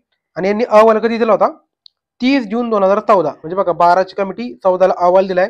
याचे सदस्य कोण आहेत, महेंद्र देव, के सुंदरम, महेश व्यास आणि के एल दत्ता. ही लक्षात ठेवण्याची ट्रिक देखील आपण आपल्या बॅच मध्ये सांगितलेल्या आहेत. तर लक्षात घ्या, भरपूर साऱ्या फॅक्ट्स इकॉनॉमिक्स मध्ये भरपूर साऱ्या कन्सेप्ट आहेत. या सगळ्या गोष्टी लक्षात ठेवण्याची ट्रिक्स आपण संपूर्णपणे बॅच मध्ये घेतलेल्या आहेत. ज्यांना कोणाला इच्छुक आहेत बॅच करण्यासाठी त्यांनी आपली सध्या 340 रुपयाची बॅच सध्या ट्रेंडिंगवर आहे. त्याच्यामध्ये तुम्हाला काय काय भेटते, पूर्ण इकॉनॉमिक्सचे लेक्चर भेटतात, प्रिलिमचे लक्षात घ्या, कंबाईनचे सांगतोय मी.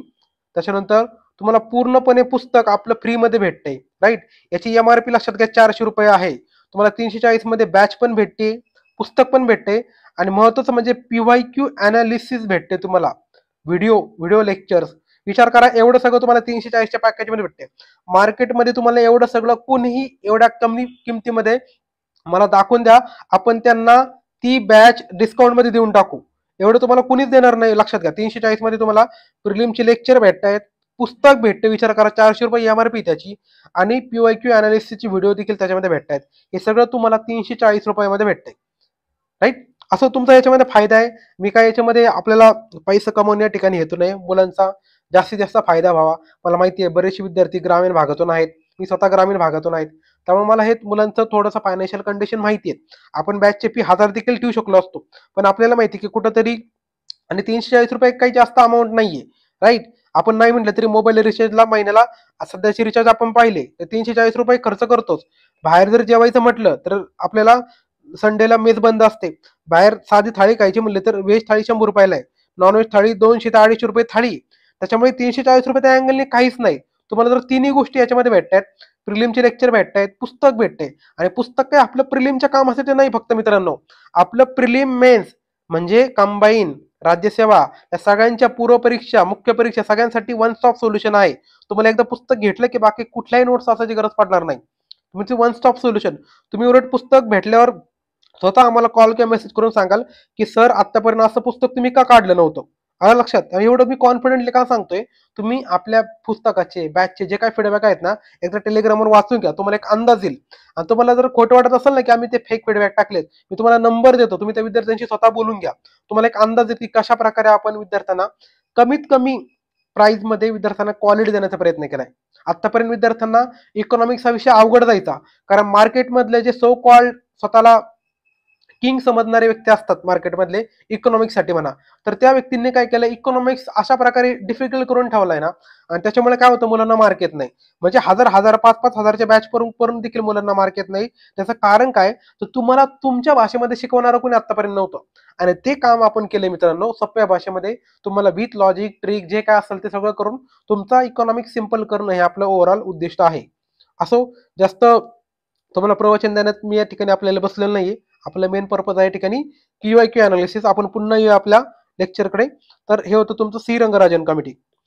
पुढचा प्रश्न आहे मित्रांनो, तो म्हणजे ग्रामीण भागातील भारतीय माणसाला दररोजच्या आहारातून किती उष्मांकाची गरज असते. आता बघा, कॅलरीचा प्रश्न विचारलाय. हा देखील कशाचा प्रश्न आहे, पॉवर्टीचा. तर तुम्ही पॉवर्टीचा चॅप्टर आपल्या बुक मध्ये वाचला असेल, तर तुम्ही आपले लेक्चर केले असतील, तर तुम्हाला लक्षात येऊन जाईल. तर आधीच्या स्टार्टिंगच्या ज्या काही कमिट्या स्थापन झाल्या होत्या, तर त्यांनी 2400 ही जी कॅलरी आहे ही कुठे सांगितली होती, तर YK अलग कमिटी लक्षात घ्या. 2400 कॅलरी सांगितली होती शहरी भागासाठी, आणि दारिद्र्याची ग्रामीण भागासाठी किती सांगितली होती, सॉरी, ग्रामीण भागासाठी 2400 कॅलरी सांगितली होती आणि शहरी भागासाठी 2100 कॅलरी सांगितली होती. हे कोणी सांगितलं होतं, YK अलग कमिटीने, लक्षात घ्या. राईट. आणि पहिल्यांदा ही अशी कमिटी होती ज्यांनी कॅलरीच्या स्वरूपामध्ये अशा गोष्टी ग्रामीण आणि शहरीसाठी वेगवेगळ्या केल्यात. हा, याच्या अगोदर पीडीओजा पण होत्या. पीडीओज हा, बरोबर का, त्यांनी 2250 कॅलरी सांगितले ओव्हरऑल. नंतर दांडेकर रन त्यांनी पण सांगितले 2250 कॅलरी. ठीक आहे.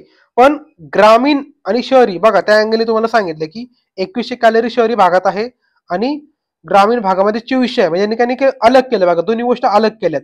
YK अलग, यांनी कॅलरी अलग करून टाकल्या. शहरीला 2100, ग्रामीणला 2400. तर ग्रामीणला जास्त का, याचं लॉजिक पण तुम्हाला सांगतो.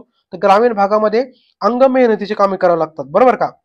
आपण म्हणतो ना, झडीपायची कामं करावं लागतात, हेवी मॅन्युअल वर्क करावं लागतं. शहरी भागामध्ये तेवढं हेवी वर्क करावं लागतं का, नाही. मॅन्युअल वर्क कमी असतं, बऱ्यापैकी काम मशीनवर असतं, त्याच्यामुळे या ठिकाणी स्मार्ट वर्क करावं लागतं, त्यामुळे त्यांना जास्त कॅलरीची गरज पडत नाही. ग्रामीण भागामध्ये कसं उन्हातानात राबावं लागतं, राईट, जास्त अंग मेहनतीचं काम आहे, त्याच्यामुळे त्या ठिकाणी कॅलरीचं प्रमाण जास्त लागतं. त्यामुळे 2400 हे लक्षात घ्या, आन्सर बरोबर आहे. आलं लक्षात. कॉमन सेन्स तुम्ही वापरू शकत होता. हा ठीक आहे, हा फॅक्च्युअल क्वेश्चन होता, या ठिकाणी कॉमन थोडासा कमी लागतो, पण त्या अँगलने विचार केला तर ग्रामीण भागामध्ये तुम्ही जास्तच कॅलरी घेऊन चालायची होती. त्यामुळे तुम्ही ऍटलिस्ट हा ऑप्शन तरी एलिमिनेट करू शकत होता 2000 वाला. कारण आपल्याला माहिती ग्रामीण भागात लागते 2400 आणि शहरी भागात लागते 2100. तुमचं याच्यामध्ये जर कन्फ्युजन झालं असलं असतं ऑप्शन मध्ये, तर गोष्ट वेगळी होती. 2100 ऑप्शन नाहीच तुमच्या याच्यामध्ये, त्याच्यामुळे तुमचं कन्फ्युजन होण्याचं शक्यतो कारण नाहीये. ज्याने कोणी ऍटलिस्ट पॉवर्टी हा चॅप्टर एकदा जरी वाचला असेल ना, तरी त्याला आन्सर येऊन जाईल की याचा 2400 आन्सर आहे. कारण 2100 हा ऑप्शन तुम्हाला दिलेलाच नाही कन्फ्युज करण्यासाठी, राईट. त्यामुळे मी म्हणेल की हा ऑप्शन जो आहे ना, हा इझी कॅटेगरीमध्ये येतो. कन्फ्युज करण्यासाठी भरपूर काय होतं, पण त्यांनी कन्फ्युज केलेलं नाही तुम्हाला त्या म्हणावे तेवढ्या प्रमाणात. पुढचा प्रश्न आहे तो म्हणजे भारतामध्ये मौद्रिक धोरण कोणत्या वित्तीय संस्थेमार्फत राबवलं जातं. आता हा देखील खूपच मी म्हणेल की पांचट प्रकारचा प्रश्न आहे. कारण का, एकदम तुम्हाला आरबीआयच्या वर थेट प्रश्न विचारलाय. तर आपल्याला माहिती की आरबीआय काय करते, आरबीआय आणि मॉनिटरी पॉलिसी कमिटी, अर्थात आरबीआय त्याचा पार्ट आहे. तर अगोदर मॉनिटरी पॉलिसी कोण तयार करायचं, तर आरबीआय तयार करायचे, लक्षात घ्या. राईट. मॉनिटरी पॉलिसी अर्थात तुमचं मौद्रिक धोरण कोण तयार करायचं, तर आरबीआय करत असायचं. पण नंतर सरकारने काय केली, एक मॉनिटरी पॉलिसी कमिटी स्थापन केली, म्हणजे मौद्रिक धोरण समिती स्थापन केलेली आहे. कुठल्या समितीच्या रिकमेंडेशननुसार, तर उर्जित पटेल कमिटीच्या रिकमेंडेशननुसार मॉनिटरी पॉलिसी कमिटी स्थापन झालेली आहे. हा, त्याच्या अगोदर देखील भरपूर साऱ्या कमिटी आल्या होत्या, पण लेटेस्ट जर म्हटलं त्याच्यामध्ये, तर उर्जित पटेल कमिटीनुसार आपण मॉनिटरी पॉलिसी कमिटी स्थापन केली. आणि मग मॉनिटरी पॉलिसी काम काय करते, तर मग देशामधील इन्फ्लेशनचं टार्गेट ठरवते. सध्या टार्गेट आपण किती ठरवलंय, 4 + or -2, म्हणजे एक तर 4 पेक्षा -2 केलं तर 2 होईल, आणि 4च्या +2 केलं तर 6 होईल. एवढी रेंज तुम्ही आपण पकडतो. एवढ्या रेंजमध्ये आरबीआयला काय करावं लागतं, टार्गेट अचीव्ह करावं लागतं इन्फ्लेशनचं. आणि हे जर टार्गेट अचीव्ह नाही केलं, तर मग गव्हर्नमेंटला तसा प्रकारचा रिपोर्ट द्यावा लागतो की का आपण फेल झालो त्या कारणामुळे, राईट. तर मौद्रिक धोरण लक्षात घ्या, मॉनिटरी पॉलिसी तयार करते आणि इम्प्लिमेंट करायचं काम कोण करतं, तर आरबीआय करत असते, राईट. अशा प्रकारे ही मॉनिटरी पॉलिसी आहे. आता जर तुम्हाला हे फॅक्ट माहितीच नसेल, तर तुम्ही डोकं लावू शकता थोडंफार. तर मला सांगा, LICची कामं आहेत का मॉनिटरी पॉलिसी? LICची कामं काय, तर विम्याच्या पॉलिसी काढणं. ठीक आहे. नंतर कोऑपरेटिव्ह बँक. आता मला सांगा, कोऑपरेटिव्ह बँक एवढ्या मोठ्या असतात की डायरेक्ट पूर्ण भारतातच मॉनिटरी पॉलिसी ते ठरवतील? नाही. कॉमन सेन्स वापरून तुम्ही हे देखील एलिमेंट करू शकता. नंतर युनियन ट्रस्ट ऑफ इंडिया. तर अशा प्रकारची संस्था जी आहे, युनियन ट्रस्ट ऑफ इंडिया, ही एक संस्था एवढं मोठ्या प्रकारचं काम करू शकते का? नाही. तर यासाठी कोणीतरी मोठी संस्था लागणार आहे, जे भारताचा पूर्ण सेंट्रल लेवलचं काम पाहते.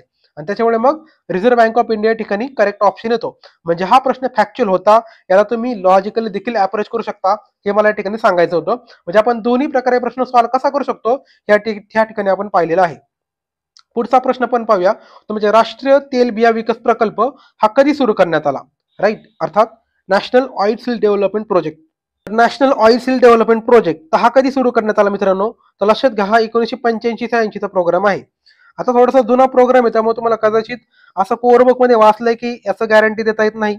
आणि मग अशा प्रकारचे प्रश्न टॅकल करण्यासाठी तुम्हाला थोडंसं मग काय करावं लागतं, आउट ऑफ द कंटेक्स्ट जाऊन विचार करावा लागतो, की तुम्हाला फॅक्च्युअल तेवढं कमांड असावी लागते.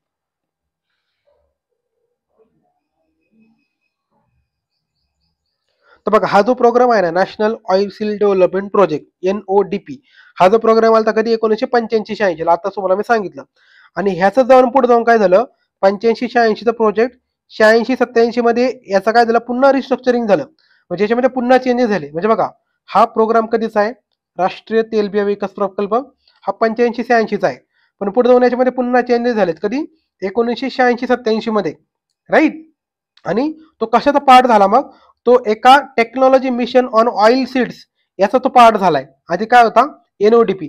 आता NODP कशाचा पार्ट झाला लक्षात घ्या, तर लिहून ठेवा TMO म्हणजे काय, टेक्नॉलॉजी मिशन ऑन ऑइल सीड्सचा तो पार्ट झालेला आहे. तुम्हाला एक्स्ट्रा इन्फॉर्मेशन सांगतो, ती लिहून घ्या, तुम्हाला कदाचित कुठल्या पुस्तकामध्ये भेटणार नाही. आणि TMOचं काम काय, टेक्नॉलॉजी मिशन, तर भारतामधील जे आपण खाद्यतेल आहेत, या खाद्यतेलांचं प्रमाण उत्पादन वाढवणं. कारण का, आपल्याला खाद्यतेल भरपूर लागतं, आपण बरंचसं आपण काय करतो, आयात देखील करतो, आपल्याला डोमेस्टिक प्रोडक्शन पुरत नाही. लक्षात घ्या, आपली खाणारी जनता भरपूर आहे, त्याच्यामुळे आपल्याला खाद्यतेल पुरत नाही. पाठीमागेच बघा खाद्यतेलाचे भाव किती वाढले होते, याचं कारण का, तर आपण आयातीवर डिपेंड आहे, आपल्याकडे प्रोडक्शन होतं पण ते आपल्याला पुरत नाही. आलं लक्षात. त्याच्यामुळे मग या सगळ्या गोष्टी आपण लेक्चरमध्ये पाहिलेल्या आहेत डिटेलमध्ये, या ठिकाणी कंटेक्स्ट आला म्हणून सांगतोय. आणि शेवटचा प्रश्नाकडे आपण येतोय, तो म्हणजे रिझर्व्ह, 70वा प्रश्न आहे बघा. रिझर्व्ह बँक ऑफ इंडिया भाववाढीच्या काळात महाग चलन नीतीचा वापर करते. नंतर रिझर्व्ह बँक ऑफ इंडिया स्वस्त चलन भाव घटीच्या काळात स्वस्त चलन धोरणाचा वापर करते. तर बघा, आता RBI कुठल्या कुठल्या काळामध्ये कुठल्या कुठल्या धोरणाचा वापर करते याचा प्रश्न विचारलाय. म्हणजे महागाईमध्ये काय करते, मंदीमध्ये काय करते. भावघट म्हणजे काय लक्षात घ्या, मंदी थोडक्यामध्ये. आणि भाववाढ म्हणजे काय, महागाई, राईट. हे तुम्हाला कॉमन सेन्स म्हणजे कॉमन भाषेमध्ये माहित पाहिजे. भाववाढ म्हणजे काय, महागाई, चलनवाढ, राईट. आणि भावघट म्हणजे काय, मंदी. तर याच्यामध्ये RBI नेमकं कुठल्या प्रकारचं धोरण राबवते हे तुम्हाला विचारलंय. तर बघा, आपल्याला माहितीये, ज्यावेळेस महागाई असते त्याचा अर्थ काय असतो, महागाई असेल तर काय असतो, मार्केटमध्ये पैसा जास्त असतो. मग हा पैसा जर काढून घ्यायचा असेल तर RBI काय करते, तो पैसा काढून घेण्यासाठी पैसा काढून घेण्यासाठी तुम्हाला काय करते, तुम्हाला म्हणजे बँकांना काय करते, गव्हर्नमेंट सिक्युरिटीज विकते. आलं लक्षात. गव्हर्नमेंट सिक्युरिटीज काय करते, त्यांना विकते. आणि मग ह्या बँका काय करतात, RBI कडे पैसे ठेवून तो गव्हर्नमेंट सिक्युरिटीज विकत घेतात. मग अशा प्रकारे बँकांचा पैसा कुठे गेला, RBI कडे गेला. म्हणजे एक्स्ट्रा जो पैसा मार्केटमध्ये आला होता तो शोषून घेण्याचं काम कोण करतंय, तर RBI करते, राईट. हे तुम्हाला एक जस्ट एक्झाम्पल सांगितलं कशा प्रकारे RBI मार्केटमधला पैसा काढून घेते. आणि हे जे धोरण असतं ना, त्याला काय म्हणतात, डिअर मनी पॉलिसी. ही ऑलरेडी आपण आपल्या बुकमध्ये, आपल्या बेसिक लेक्चरमध्ये या सगळ्या गोष्टी कव्हर झालेल्या आहेतच. मी तुम्हाला थोडक्यात दाखवतो. पहिला जो चॅप्टर आहे ना आपला, त्याच्यामध्ये ह्या गोष्टी आपण कव्हर केल्यात. की हे बघा, राजकोषीय धोरण म्हणजे फिस्कल पॉलिसी, आणि मॉनिटरी पॉलिसी म्हणजे RBI जे करतं ते, त्याच्यामध्ये कुठल्या प्रकारचं धोरण RBI राबवते तुम्हाला सांगतो. बघा, ज्यावेळेस मार्केटमध्ये तेजी असते, मध्ये काय असते, बूम असते, भाव वाढीचा काळ असतो, महागाई असते, त्या ठिकाणी RBI डिअर मनी पॉलिसी धोरण राबवतं. डिअर मनी म्हणजे काय, तर पैसे टाईट धरून ठेवते. कारण का, मार्केटमध्ये पैसे खूप जास्त झालाय, मग अजून जास्त पैसे सोडला तर महागाई अजून वाढेल. त्याच्यामुळे RBI पैसा स्वतःकडे जास्त ठेवून ठेवते, तर मार्केटमधला पैसे देखील काढून घेण्याचं काम करते, राईट. त्याला म्हणतात डिअर मनी पॉलिसी किंवा टाईट मनी पॉलिसी. मराठीमध्ये त्याला महाग पैशाचं धोरण किंवा कडक पैशाचं धोरण म्हणतात. आणि तेच उलट होतं कधी, मंदीच्या काळामध्ये. मंदीच्या काळामध्ये RBI काय करते, तर मार्केटमध्ये पैसा ऑलरेडी कमी आहे, मग स्वतःकडचा पैसा RBI मार्केटमध्ये सोडते. कशा प्रकारे, तर चीप मनी पॉलिसी किंवा लूज मनी पॉलिसीच्या माध्यमातून. तर चीप मनी पॉलिसीलाच आपण स्वस्त पैशाचे धोरण देखील समजतो. पैसा ते स्वस्त करून टाकतं, जेणेकरून काय, मार्केटमधली मंदी उठून जाईल आणि अर्थव्यवस्था तुमची नॉर्मल पातळीवर येऊन जाईल. आलं लक्षात. या सगळ्या गोष्टी आपण डिटेलमध्ये आपल्या लेक्चरमध्ये पाहिलेल्या आहेतच, राईट. त्याच्यामुळे याच्यावर जास्त चर्चा करायला नको. तुम्हाला जस्ट कंटेक्स्ट सांगत होतो मी, एक्झामच्या अँगलने कशा प्रकारे दिलेला आहे. आणि शेवटचा ऑप्शन बघा, रिझर्व्ह बँक ऑफ इंडियाने 1951 मध्ये बँक दर 3% इतका करून स्वस्त चलन धोरण सुरू केले. आता बघा, त्यांनी विचारला डेटा कधीचा, 1951चा. आता तुम्ही त्यात जन्माला आले होते का, नाही, आपल्यापैकी कुणीच जन्माला आलं नव्हतं. त्याच्यामुळे तुम्ही अशा प्रकारचे ऑप्शन आहे ना, सरळ सरळ बरोबर धरून चालायचे. आपल्याला अशा प्रकारचे ऑप्शन व्हेरीफाय करणं मुश्किल आहे, राईट. तुम्हाला कोर बुक मध्ये पण अशा प्रकारचे शक्यतो कुठे भेटत नाही. त्यामुळे माझ्या अंगाने मला जर विचारलं तर मी शक्यतो त्याला बरोबरच घेऊन चालेल. त्यामुळे याचं हे बघा, वरील सर्व आन्सर आहे, राईट. तुम्ही या ठिकाणी कन्फ्युज होऊ शकता. तुम्ही AB मध्ये कन्फ्युज होऊ शकता आणि ऑल ऑफ द अबोव अर्थात ABC मध्ये कन्फ्युज होऊ शकता. पण ब्रॉड अँगल विचार केलं तर तुम्ही ऑल ऑफ द अबोव घेऊ शकता. त्या ठिकाणी तुम्हाला रिस्क घ्यायला चान्स आहे. 50-50 तुम्ही रिस्क घेऊ शकता. मी असलो असतो तर सरळ ऑल ऑफ द अबोव करून आलो असतं. कारण का हे बघा 1951 त्यांनी सांगितलं डेटा, एवढा जुना डेटा आपल्याला व्हेरीफाय करणं मुश्किल आहे. राईट. त्याच्यामुळे ज्यांनी कोणी प्रश्न काढला असेल ना त्यांनी एवढा डेटा कुठेतरी शोधला असेलच, त्याशिवाय तो प्रश्न काय टाकणार नाही. त्यामुळे हे तुम्ही ऑप्शन बरोबरच घेऊन चालायचं. तर अशा प्रकारे आपण सगळे प्रश्न हे 2022 ची कंबाईन ग्रुप सी ची प्रिलिम आहे त्याच्यामध्ये पाहिलेले आहेत. आता पुन्हा सांगतो, आपली कंबाईन PYQ अनालिसिसची बॅच आलेली आहे. राईट. कंबाईन PYQ अनालिसिसची बॅच आहे.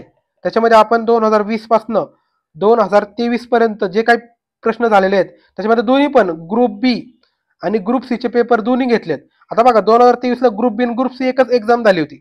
पण त्याच्या अगोदर हे ना 22 ला वेगळी झालती, 21 ला वेगळी झालती. राईट. 20 ला वेगळी झालती. 20 ला फक्त ग्रुप बीचा पेपर झालता, सीचा झालेला नव्हता. राईट. त्याच्यामुळे आपण 20 ते 23 जे काही प्रश्नपत्रिका असतील ते सगळे आपण कव्हर करतोय. आणि सध्या याची फी फक्त सध्या 52 रुपये लक्षात घ्या. म्हणजे PYQ अनालिसिसची फी ही पुढे जाऊन वाढणार आहे. ही फी फक्त आजचे दिवस आहे, ही फी वाढणार आहे हळूहळू. त्याच्यामुळे ज्यांना बॅच घ्यायची ना लवकर घेऊन टाका. आता एकदम तोंडावर आहे. तुमचा विचार करा, एक आपला व्हिडिओ हार्डली 50 मिनिटं ते 60 मिनिटाचा व्हिडिओ आहे. राईट. आणि जर टोटल पेपरचा विचार आपण केला तर तुम्हाला जवळपास 7 ते 8 पेपर याच्यामध्ये भेटतात. म्हणजे तुमचं हार्डली 7 ते 8 तासामध्ये पूर्ण PYQ अनालिसिस पाहून होतं. तुम्हाला पूर्ण दिवस द्यायची देखील गरज पडत नाही. त्यामुळे तुम्ही लवकरात लवकर ही बॅच घेऊ शकता आणि तुम्हाला 15 पैकी 15 मार्क मिळवण्याचे चान्सेस जास्त वाढतील. कारण कंबाईनला बऱ्याच विद्यार्थ्यांना हा विषय अवघड जातो. कारण क्वेश्चन कसे आउट ऑफ द बॉक्स येतात आणि आपण सांगितलंय की out of the box question तुम्ही कशा प्रकारे टॅकल करू शकता. राईट. तर हे झालं ह्या बॅचचं. दुसरी एक आपली बॅच लक्षात घ्या, 340 रुपयाची सध्या त्याची लॉन्च ऑफर आहे. त्याच्यामध्ये आपण काय केलंय तुम्हाला मागाशी सांगितलं त्याप्रमाणे आपण पूर्ण प्रिलिमचा सिलेबस कव्हर केलाय कंबाईनचा. प्लस त्याच्यामध्ये आपण फ्री पुस्तक पण दिलंय. आणि मेन म्हणजे आता जे आपण PYQ अनालिसिस घेतोय ते पूर्ण PYQ अनालिसिस आपण त्याच्यामध्ये फ्री दिलेलं आहे. तर ह्या तिन्ही गोष्टी तुम्हाला फक्त 340 रुपीज मध्ये भेटतात. फक्त याच्यामध्ये कसं आहे, तुम्हाला कुरिअर चार्ज द्यावा लागतो. जर तुम्हाला पुस्तक आपण देतो ना याच्यामध्ये फ्रीमध्ये, फक्त कुरिअर चार्ज लागतो, जो काय असेल 50-70 रुपये जे काय असेल आपण ते घेतो. तो नॉमिनल चार्ज आहे. तुम्ही ऑनलाईन जरी मागवलं तर तुम्हाला ऑलमोस्ट तेवढा त्याच्यापेक्षा जास्त चार्ज लागतो, लक्षात घ्या. त्याच्यामुळे तुम्हाला 340 रुपीज मध्ये एकदम स्वस्त मध्ये पुस्तक देखील भेटते, पूर्ण बॅच देखील भेटते आणि PYQ अनालिसिस देखील भेटत आहे. अशा प्रकारचे ऑफर्स लिमिटेड आहे. त्यामुळे ज्यांना कोणाला इच्छुक आहात कंबाईनवाली जनता, ऑलरेडी यावर्षी जागा कमी आहेत लक्षात घ्या. त्याच्यामुळे कमी जागावर किती खेळायचं ते तुमच्या हातात आहे. कट ऑफचा विचार करत बसला तर कट ऑफ कोडच्या कुठे निघून जाईल. तुम्हाला 15 पैकी 15 पॉसिबल आहे लक्षात घ्या इकॉनॉमिक्स येणं. फक्त तुम्हाला आपण दिलेला अप्रोच, आपण दिलेला कंटेंट, डेटा हे सगळ्या गोष्टी फॉलो केल्या तर पॉसिबल आहे. आणि आपले राज्यसेवा पूर्व परीक्षा बॅचचे जे विद्यार्थी आहेत त्यांना 15 पैकी 13 असे पण देखील त्यांचे स्कोर आलेले आहेत. विचार करा यावर्षी प्रश्नपत्रिका त्यांनी किती आउट ऑफ द बॉक्स काढली होती, तरी देखील आपल्यापैकी विद्यार्थ्यांचे 15 पैकी 13 प्रश्न बरोबर आलेले आहेत. ही आपल्यासाठी खूप मोठी गोष्ट आहे. आणि आपण प्रूफ देखील टाकले की आपल्या पुस्तकातनं जवळपास 22 एक प्रश्न आपल्या बुकमध्ये डायरेक्टली राज्यसेवा पूर्व परीक्षेला आलेले आहेत. त्याच्यामुळे ज्यांना कोणाला खरंच कंबाईन एक्झाम प्रॉपर पास करायची चांगल्या मार्जिनने त्यांनी या नक्की बॅचचा विचार करा. फी ऑलरेडी आपण अत्यल्प दरात ठेवलेली आहे. असो तुमच्यापैकी कोणी युट्यूबवर जर हा व्हिडिओ पाहत असेल तर आपलं युट्यूबचं चॅनल सबस्क्राईब करून ठेवा. कारण का आपण याच्यामध्ये काय करणार आहोत, तर जे काही ॲडिशनल लेक्चर असतील तर त्याच्यामध्ये आपण ॲडिशनल लेक्चर टाकणार आहोत. जेणेकरून कसं होईल, जसं जसं एक्झाम येईल तसं तुम्ही त्या अँगलने पाहू शकता. असो तर या ठिकाणी आपण थांबूया.